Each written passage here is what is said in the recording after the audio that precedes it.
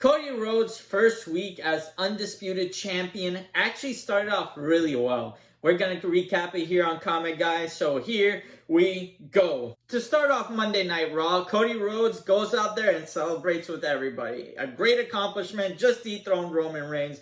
And what I did like about it, he does acknowledge that Roman Reigns' accomplishment was a huge one and gets the whole crowd into it. But you know, it's WWE, somebody's going to interrupt, and here comes out The Rock, the great one, the final boss. Basically, he doesn't get much to say of anything because ultimately the crowd is basically chanting, hey, hey, hey, goodbye, Undertaker, and Rocky sucks. But when he does actually get to speak, we get two interesting little tidbits of information where I think we're going to go with the Cody Rock feud. The first bit of information we're getting is upon The Rock's return, he does want to face Cody Rhodes, and he wants to beat Cody. No matter if Cody at that time is champion or not, The Rock wants that match. And number two, in a weird way, The Rock asked Cody if he may hold the undisputed belt, which Cody gave it to him, and The Rock all of a sudden feels really happy holding that belt as the crowd chanted, "This is awkward."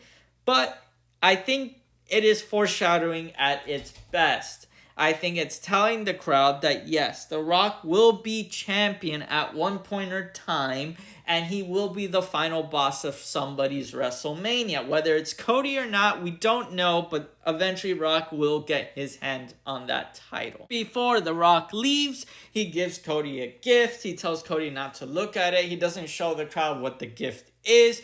This clearly upsets Cody by his facial reaction. We don't know if it's the Rolex that Cody once gave The Rock as a gift and The Rock is giving it back, or a set of matches that was used to light Cody's bus on fire. Regardless, he does kind of address it on SmackDown, but we still don't know what The Rock really gave Cody. We will probably find out over the next coming weeks. Now The Rock has left the building and Cody needs a challenger for Backlash.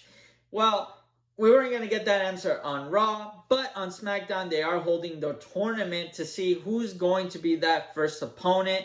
It's come down to two. As of currently, it's AJ Styles versus LA Knight to see who is going to be Cody's first opponent. I'm actually excited for this. I think AJ should be the one to win it. Yes, I was a big fan of LA Knight getting that win at WrestleMania, but he's already fought Roman for this title.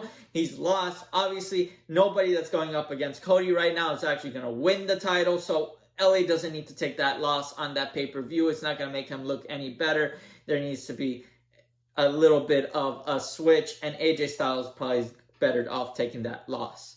Now, for Bloodline news, let's get into that. Raw, there was no Bloodline news other than the Bloodline have been defeated. Now on SmackDown, we're gonna get a lot of Bloodline. We have Paul Heyman acknowledging Roman's defeat and saying that Roman's got distracted by Seth Rollins and went for revenge instead of finishing off Cody Rhodes with that chair.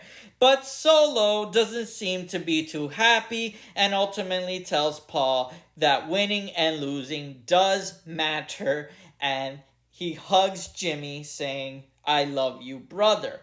I felt this was kind of weird, but everything made sense in the following few seconds. And with that, the newest member of the Bloodline, Tama Tonga, comes out and starts wreaking havoc on Jimmy. Now, instead of Solo helping out his brother Jimmy, Solo instead delivers the Solo Sikoa Samoan spike on Jimmy multiple times, and Paul Heyman looks terrified as Solo has gone basically rogue. Paul Heyman tries to call Roman Reigns, the tribal chief, to restore some order, but Solo does not care about the tribal chief anymore and smashes the Bloodline phone.